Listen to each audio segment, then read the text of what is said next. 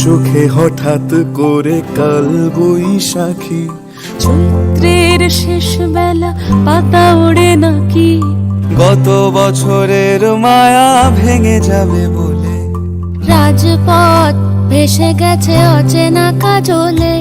দু চোখে হঠাৎ করে কাল বৈশাখী, চৈত্রের শেষ বেলা পাতা ওড়ে নাকি, গত বছরের মায়া ভেঙে যাবে বলে, রাজপথ ভেসে গেছে অচেনা কাজলে।